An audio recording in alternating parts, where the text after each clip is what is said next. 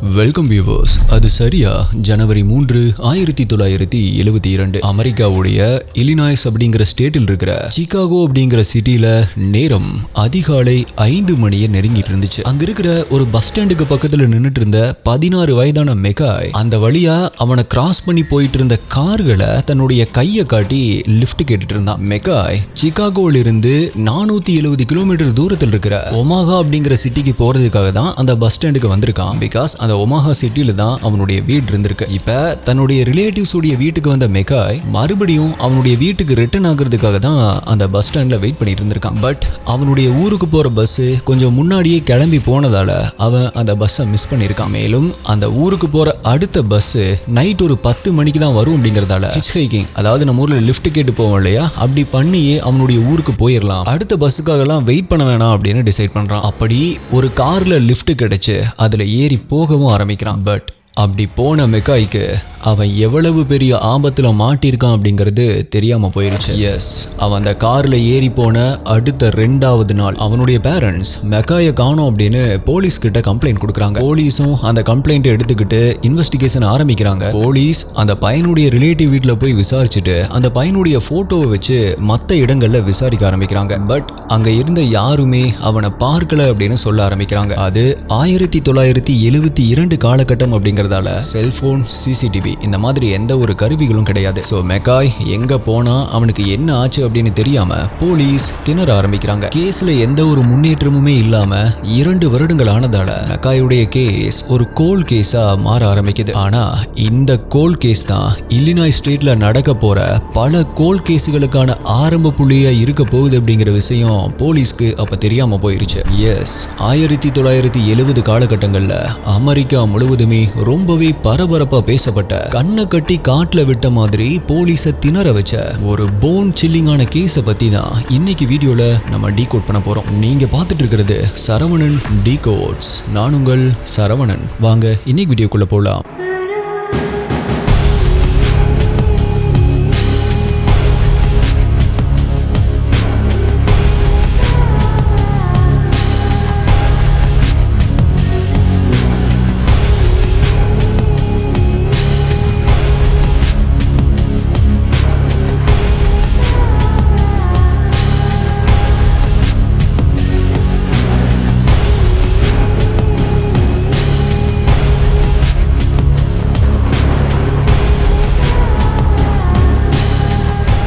இந்த வீடியோல நான் சொல்ற யூடியூப்ல காமிக்க முடியாத crime scene images, crime scene videos எல்லாமே நம்மளுடைய அஃபீஷியல் டெலிகிராம் குரூப்ல தான் அப்டேட் பண்ணுவோம். யூடியூப்ல கரெக்டா நோட்டிபிகேஷன் கிடைக்காதவங்களுக்கும் அங்க இன்ஸ்டன்டா அப்டேட் கிடைச்சிரும். டெலிகிராம் யூஸ் பண்ணாதவங்களுக்கு வாட்ஸ்அப்ல நம்மளுடைய சேனல் இருக்கு, அங்கேயுமே உங்களுக்கு இன்ஸ்டன்ட் அப்டேட்ஸ் கிடைச்சிரும். நம்மளுடைய அஃபீஷியல் வாட்ஸ்அப் மற்றும் டெலிகிராம் சேனலுடைய லிங்க் டிஸ்கிரிப்ஷன் பின்ட் கமெண்ட்ல கொடுத்திருக்கேன், செக் பண்ணி பாருங்க.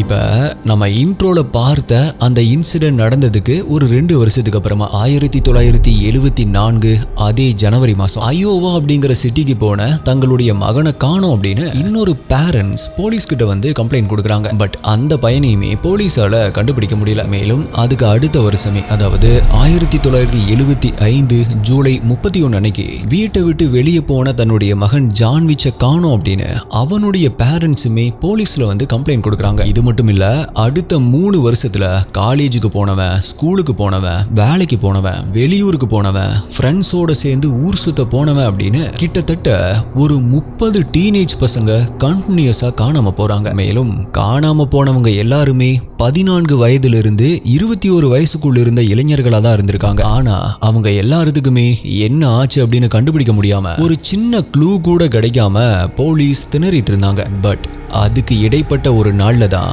அயோவா சிட்டியில் இருக்கிற ஒரு வீட்டில் அந்த இன்சிடென்ட் நடக்க ஆரம்பிக்குது.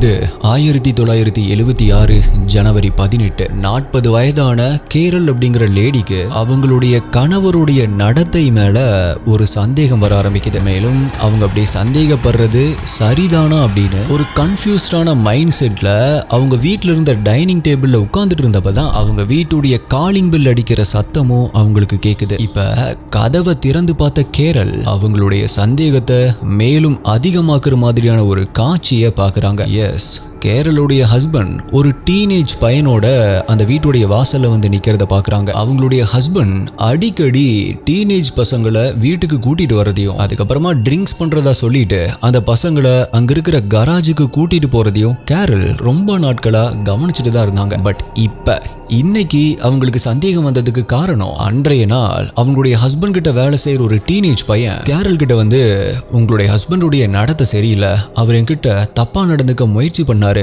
அப்படின்னு சொல்லி அழுதுருக்கான். இதை கேட்டதுக்கு அப்புறமா தான் கேரலுக்கு அவங்களுடைய ஹஸ்பண்ட் மேல சந்தேகம் வந்திருக்கு. சோ அந்த சந்தேகத்தை உறுதிப்படுத்துறதுக்காக அந்த கராஜுக்குள்ள அப்படி என்னதான் நடக்குது அப்படின்னு மறைஞ்சிருந்து பார்க்க ஆரம்பிக்கிறாங்க. அப்படி அங்க அவங்க பார்த்த அந்த காட்சி அவங்களுக்கு வாந்திய வர வைக்கிற மாதிரி அவ்வளவு அருவருப்பா இருந்துச்சு. எஸ், அவங்களுடைய ஹஸ்பண்ட் அந்த டீனேஜ் பையன் கூட இன்டிமேட்டா இருக்கிறத அவங்க பாக்குறாங்க. மேலும் இத கொஞ்சம் கூட சகிச்சுக்க முடியாத கேரல் அவங்களுடைய ஹஸ்பண்டை டிவோர்ஸ் பண்ணவும் செய்யறாங்க. அப்படி டிவோர்ஸ் வாங்கிட்டு பிரிஞ்சு போன அவங்களுக்கு அடுத்த 2 வருஷம் கழிச்சு தான் அவங்க இவ்வளவு நாட்களா வாழ்ந்துட்டு இருந்தது சாதாரணமான ஒரு ஆள் கூட கிடையாது, அது ஒரு கொடூரமான கொலைகாரம் கூட அப்படிங்கிற ஷாக்கிங்கான விஷயங்கள் தெரிய ஆரம்பிக்குது.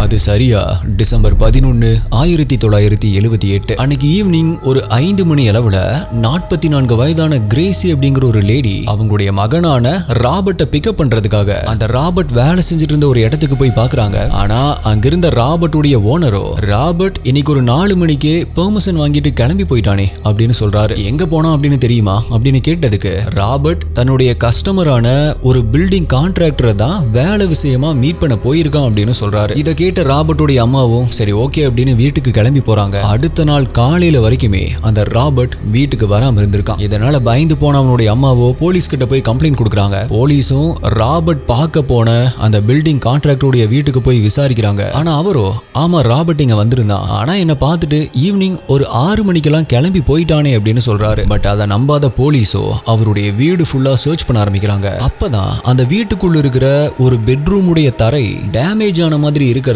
நோட் பண்றாங்க. சோ உடனடியா அந்த இடத்தை தோண்ட ஆரம்பிக்கிறாங்க. அப்படி தோண்டவே தாங்க முடியாத அளவுக்கான ஒரு துர்நாற்றம் அடிக்க ஆரம்பிக்குது. ஆல்சோ அந்த துர்நாற்றத்துக்கு காரணமான அந்த காட்சி அவங்களுடைய ரத்தத்தையே உறைய வைக்கிற மாதிரி இருந்துச்சு. ஆக்சுவலா காணாம போன ராபர்ட்டுடைய இறந்த உடல் தான் அங்க கிடைச்சிருக்கா அப்படின்னு கேட்டீங்க அப்படின்னா அதுல பாதி தான் உண்மை எஸ்டி. பிகாஸ் அங்க கிடைச்சது இறந்து போன மனித உடல் தான், பட் அது ராபர்ட்டுடையது கிடையாது. ஏன் அப்படின்னா அங்க கிடைச்சது இறந்த உடல் அப்படின்னு சொல்றதை விட சதைகள் சிதைஞ்சு போய் கிடந்த ஒரு மனித எலும்பு கூடு அப்படின்னு சொல்றது தான் பொருத்தமா இருக்கும். அதை பாக்குறப்பவே அந்த உடல் அங்க புதைக்கப்பட்டு பல மாதங்கள் ஆயிருக்கும் அப்படிங்கறத போலீஸ் தெரிஞ்சுக்கிறாங்க. சோ உடனடியா அந்த பில்டிங் கான்ட்ராக்டரான 36 வயதான ஜான் வெயின் அப்படிங்கிறவனை அரெஸ்ட் பண்றாங்க. மேலும் அவனுடைய வீட்டில் இருந்த கிச்சன், டைனிங் ஹால் மற்றும் வீட்டில் இருக்கிற இண்டு இடுக்கு அப்படின்னு ஒரு இடம் விடாம தேட ஆரம்பிக்கிறாங்க. அப்பதான் அந்த வீட்டுக்குள்ள ஒரு மறைவான இடம் இருக்கிறதையும் கண்டுபிடிக்கிறாங்க. அந்த இடத்துக்குள்ள தோண்டி பார்த்த போலீஸ் அவங்க நினைச்சே பார்க்காத அளவுக்கு 25 மனித எலும்பு கூடுகளை கண்டுபிடிக்கிறாங்க. இதை பார்த்து ஷாக்கான போலீஸ் அந்த ஜானை கஸ்டடியில் எடுத்து விசாரிக்க ஆரம்பிக்கிறாங்க. அப்படி அவனை விசாரணை பண்ண இன்வெஸ்டிகேஷன் ஆபீசரே அதிர்ச்சியில உறைஞ்சு போற மாதிரி அவனுடைய கன்ஃபெஷன்ல சொன்ன விஷயங்கள் இதுதான். 1942 மார்ச் 17 அன்னைக்கு யுஎஸ்ல இருக்கிற சிகாகோ சிட்டில தன்னுடைய பேரண்ட்ஸ்க்கு 2வது குழந்தையா பிறக்கிறான் ஜான் வெயின் கேசி. அவனுடைய அப்பாவுக்கு குடிப்பழக்கம் ரொம்பவே அதிகமா இருந்ததால தன்னுடைய ஃபேமிலி கூட அதிகமான டைம் ஸ்பெண்ட் பண்ணாம போதையில கிடைக்கிற சந்தோஷம் தான் முக்கியம் அப்படின்னு வாழ ஆரம்பிக்கிறாரு. இதனால அவருக்கும் ஜானுடைய அம்மாவுக்கும் அடிக்கடி சண்டை வந்திருக்கு. ஆனா அப்பவுமே அடங்காத ஜானுடைய அப்பா அவருடைய ஒட்டுமொத்த குடும்பத்தையுமே அடிச்சு கொடுமைப்படுத்த ஆரம்பிக்கிறாரு. அதுலயும் அவர் அடிக்கிறதுக்காக கையோங்கிற அவருடைய முதல் டார்கெட் அப்படின்னா அது ஜானா தான் இருக்கும். எம்டன் மகன் படத்துல நாசருக்கு எப்படி அவருடைய மகனை பார்த்தாலே பிடிக்காதோ அதே மாதிரி தான் ஜானுடைய அப்பாவுக்கும் ஜான் அப்படின்னாலே பிடிக்காம இருந்திருக்கு. மேலும் அவர் குடிக்கிறதுக்காக போற இடத்துக்கு ஜானையுமே கம்பல் பண்ணி கூட்டிட்டு போவாரு. அங்க இருக்கிற அவருடைய ஃப்ரெண்ட்ஸ் முன்னாடியே வச்சு அவனை அடிச்சு அழுகவும் வைப்பாரு. இதை பார்க்குற அவருடைய ஃப்ரெண்ட்ஸ் ஜான் மேல பரிதாபப்பட்டு அவனை அரவணைச்சு அவனுக்கு அடிபட்ட இடத்துல தடவி கொடுக்குறாங்க. பட் இப்படி ஆரம்பிச்ச அந்த அரவணைப்பு ஒரு கட்டத்துல ஆபாசமா மாற ஆரம்பிக்குது. எஸ், கேவா இருக்கக்கூடிய ஜானுடைய அப்பாவுடைய ஃப்ரெண்ட்ஸ் சில பேர் ஜானை பிசிக்கலா அபியூஸ் பண்ண ஆரம்பிக்கிறாங்க. இது ஆரம்பத்துல ஜானுக்கு கஷ்டமா இருந்தாலும் போக போக அவனுக்கும் அந்த ஓரின சேர்க்கை மேல ஒரு ஈடுபாடு வர ஆரம்பிக்குது. பட் இப்படி போயிட்டு இருந்த சிச்சுவேஷன்ல தான் ஜானுக்கு ஒரு 19 வயசு இருக்கும்போது அவனுடைய அப்பா கூட சண்டை போட்டுட்டு வீட்டை விட்டு வெளியேறி வேற ஒரு சிட்டிக்கு போறான். ஆல்சோ அங்க இருக்கிற ஒரு மார்ச்சரியுடைய ஆம்புலன்ஸ் டிரைவராகவும் வேலை பார்க்க ஆரம்பிக்கிறான். மேலும் அந்த மார்ச்சரிக்கு பக்கத்தில் இருக்கிற ஒரு ரூம்லயே அவன் தங்குறதுக்கான இடமும் ஒதுக்கப்படுது. இப்படி அங்க வரக்கூடிய இறந்த உடல்களை அடிக்கடி பார்க்க ஆரம்பிச்ச ஜானுக்கு ஒரு டீனேஜ் பையனுடைய இறந்த உடல் மேல ஆசை வர ஆரம்பிக்குது. எஸ், அவன் ஒரு நெக்ரோஃபைலாவும் இருந்திருக்கான். நெக்ரோஃபைல் அப்படின்னா இறந்த உடல்கள் கூட இன்டிமேட்டா இருக்கிறது அவங்களுக்கு பிடிக்கும். அந்த மாதிரியான ஆட்களை தான் நெக்ரோஃபைல் அப்படின்னு சொல்லுவாங்க. ஸோ ஒரு நாள் நைட்டு அவனுடைய ரூம்ல இருந்து அந்த மார்ச்சரிக்கு போன ஜான் அங்கிருந்து அந்த டீனேஜ் பையனுடைய இறந்த உடலை தூக்கி ஒரு ஸ்ட்ரெச்சர்ல வைக்கிறான். அதுக்கப்புறமா அவனுமே அதுல படுத்துக்கிட்டு அந்த இறந்த உடல் கூட இன்டிமேட்டா இருக்க ஆரம்பிக்கிறான். அந்த நாள்ல இருந்து அதுக்கப்புறமா அங்க வரக்கூடிய டீனேஜ் ஆண்களுடைய இறந்த உடல்கள் கூட அதே மாதிரி இன்டிமேட்டா இருக்கிறத கன்டினியூ பண்ண ஆரம்பிக்கிறான். இப்படி போயிட்டு இருக்கும் பொழுது அவன் மார்ச்சரியில வேலை செய்யறது பிடிக்காத அவனுடைய அம்மா அவனை கன்வின்ஸ் பண்ணி மறுபடியுமே வீட்டுக்கு கூட்டிட்டு வராங்க. ஆல்சோ அவனை ஒரு பிசினஸ் டிப்ளமோ கோர்ஸ்ல சேர்த்து படிக்கவும் வைக்கிறாங்க. அப்படி 21 வயசுல டிப்ளமோ கிராஜுவேட் ஆன ஜானுக்கு ஒரு ஷூ விற்கிற ஷோரூம்ல சேல்ஸ் எக்ஸிக்யூட்டிவாவும் வேலை கிடைக்குது. அதோட சேர்த்து அங்க ஷூ வாங்க வந்த மெர்லின் அப்படிங்கிற பெண்ணுடைய காதலும் அவனுக்கு கிடைக்க ஆரம்பிக்குது. பிறந்ததுல இருந்தே ஒரு நிம்மதி இல்லாத வாழ்க்கையை வாழ்ந்துட்டு இருந்த ஜானுக்கு ஒரு மதிப்பான வேலையும் அவனை நேசிக்கிற ஒரு காதலும் கிடைச்சதுக்கு அப்புறமா தான் பாலைவனத்துல பூக்கள் பூத்த மாதிரி அவனுடைய வாழ்க்கையும் இனிமையா மாற ஆரம்பிக்குது. அதோட சேர்த்து பிளட் டொனேஷன் பண்றது, கண்தானம் பண்றது, ரோட் சேஃப்டி தொடர்பான பிரச்சாரத்துக்கு போறது அப்படின்னு நிறைய சோசியல் சர்வீஸ்லயும் அவன் ஈடுபட ஆரம்பிக்கிறான். அது மட்டும் இல்ல, அவனுடைய ஒய்ஃபுடைய அப்பா ரன் பண்ணிட்டு இருந்த 3 KFC ஷாப்புக்கு அவன் மேனேஜராகவும் ஆகிறான். ஸோ இப்படி அவனுடைய வாழ்க்கையே டோட்டலா மாறி ஒரு நல் வழியில அவன் போயிட்டு இருக்கும் பொழுதுதான் அகைன் அவனுடைய ஆள் மனசுக்குள்ள இருக்கிற அந்த கொடூரன் திரும்பவுமே வெளியே வர ஆரம்பிக்கிறான்.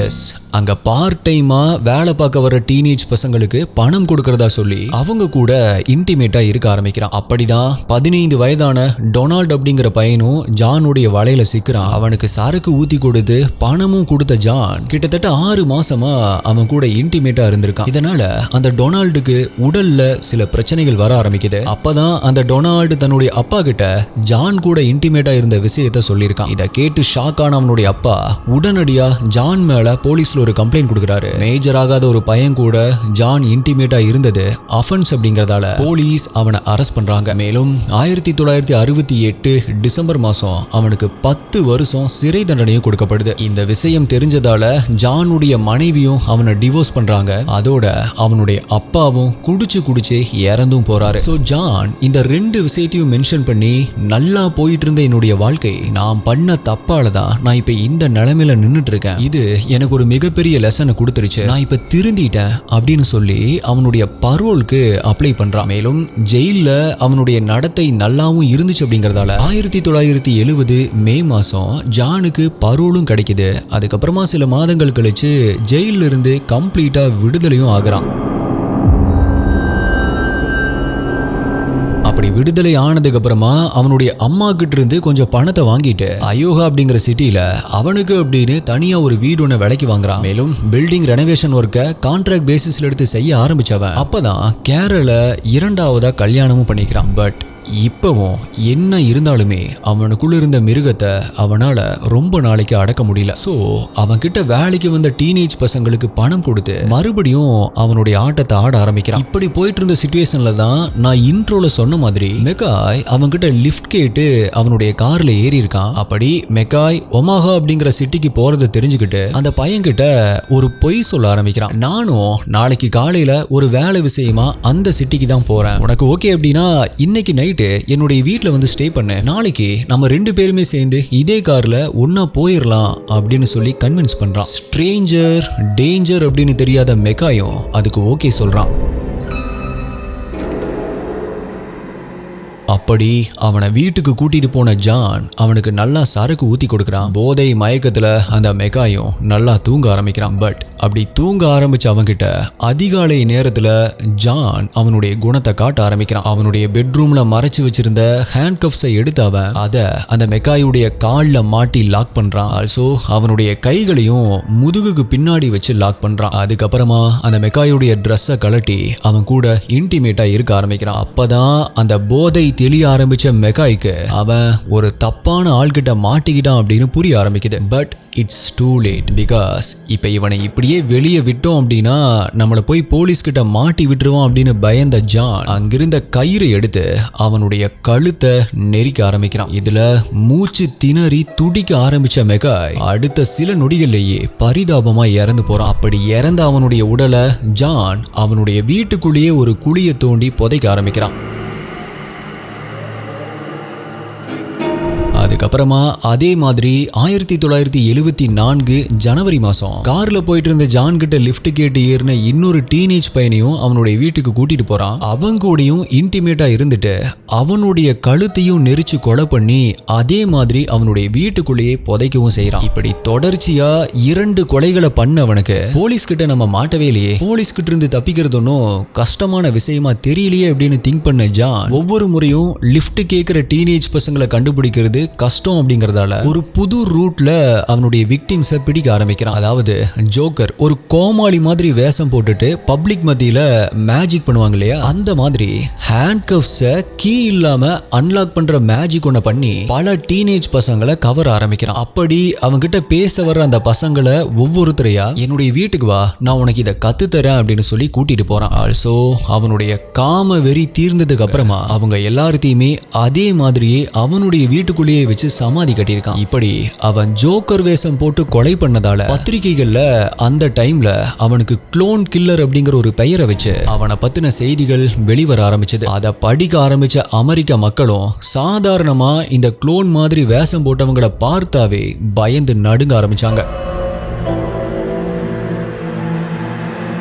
1980 ஜூன் 2 அன்னைக்கு 33 பேரை கொலை பண்ண குற்றத்திற்காக கோர்ட் ஜானுக்கு டெத் சென்டென்ஸ் கொடுத்து தீர்ப்பு எழுதியிருக்கு. அந்த தீர்ப்பு கொடுத்து அடுத்து 14 வருடங்கள் கழிச்சு, அதாவது 1994 மே 10 அன்னைக்கு விச ஊசி மூலமா அவனுடைய மரண தண்டனையும் நிறைவேற்றப்படுது. ஆக்சுவலா இந்த கேஸ்ல நம்ம கவனிக்க வேண்டிய விஷயம் என்ன அப்படின்னா, ஜானுடைய அப்பாவுடைய தவறான பேரண்டிங் தான் அவன் இப்படி ஒரு சீரியல் கில்லர் ஆகிறதுக்கான ஆரம்ப புள்ளியா இருந்திருக்கு அப்படிங்கிறது தான். ஆல்சோ குழந்தை பருவம் அப்படிங்கிறது ரொம்பவே முக்கியமான ஒண்ணு. இன்கேஸ் அவனுடைய அப்பா மட்டும் அவனை குடிக்கிற இடத்துக்கு கூட்டிட்டு போகாம இருந்திருந்தார் அப்படின்னா அவன் பிசிக்கலி அபியூஸ் ஆகியிருக்க மாட்டான். மேலும் அவனுடைய மனசுலயும் மற்றவங்களை அபியூஸ் பண்ணணும் அப்படிங்கிற தவறான எண்ணமும் வந்திருக்காது. பட் என்னதான் இருந்தாலுமே அவனுடைய ஆரம்ப கால வாழ்க்கை இப்படி தப்பா போயிருச்சு அப்படின்னாலுமே அதுக்கப்புறமா ஒரு கட்டத்துல அவனுக்கு அமைஞ்ச மனைவி, அவனுக்கு அமைஞ்ச நல்ல வேலை, இதை வச்சுக்கிட்டு அவன் ஒழுங்கா வாழ்ந்திருக்கணும். சரி, ஓகே,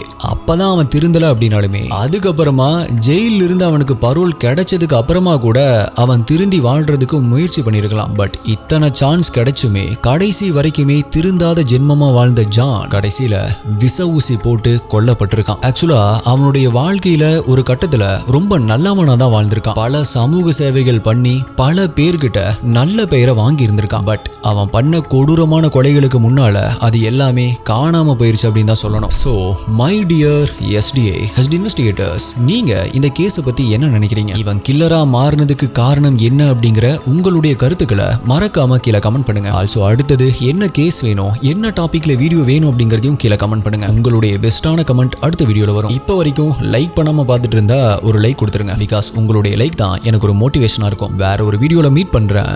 நன்றி, பாய்.